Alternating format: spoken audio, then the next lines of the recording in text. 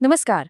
आज के इस विश्लेषण में हम अपनी पृथ्वी के अंदर छिपे बेहद दिलचस्प और गतिशील इंजन को समझेंगे।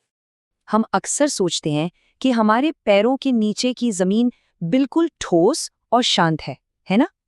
लेकिन असल में हमारी पृथ्वी एक बहुत ही गतिशील ग्रह है। इसके अंदर और बाहर लगातार बदलाव होते रहते हैं। इसे एक प्यास की तरह समझिए। हमारी पृथ्वी भी एक के ऊपर एक कई परतों से मिलकर बनी है। सबसे ऊपरी और पतली परत है पर्पटी। महाद्वीपों पर यह सियाल है और महासागरों के नीचे यह सीमे कहलाती है। अब जरा और नीचे चलें तो आता है मैंटल। ये गहराई में करीब 2900 किलोमीटर तक फैला हुआ है।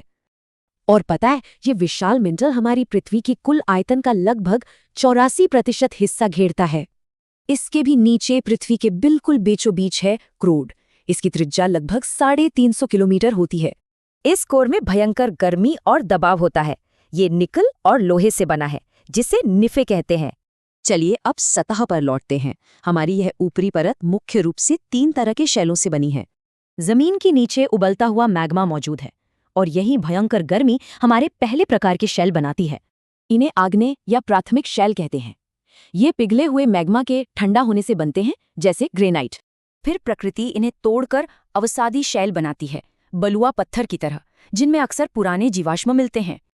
और जब इन पर बहुत ज्यादा ताप और दबाव पड़ता है तो ये कायांतरित शैल बन जाते हैं। अब सबसे मजेदार बात सुनिए।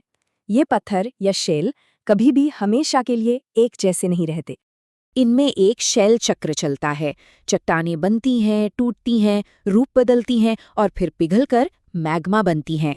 ये चट्टानें दरअसल अलग अलग खनिजों से बनी हैं और ये प्राकृतिक खनिज हमारे लिए बहुत ज्यादा जरूरी हैं। सोचिए, कोयला, प्राकृतिक गैस या फिर दवाइयाँ।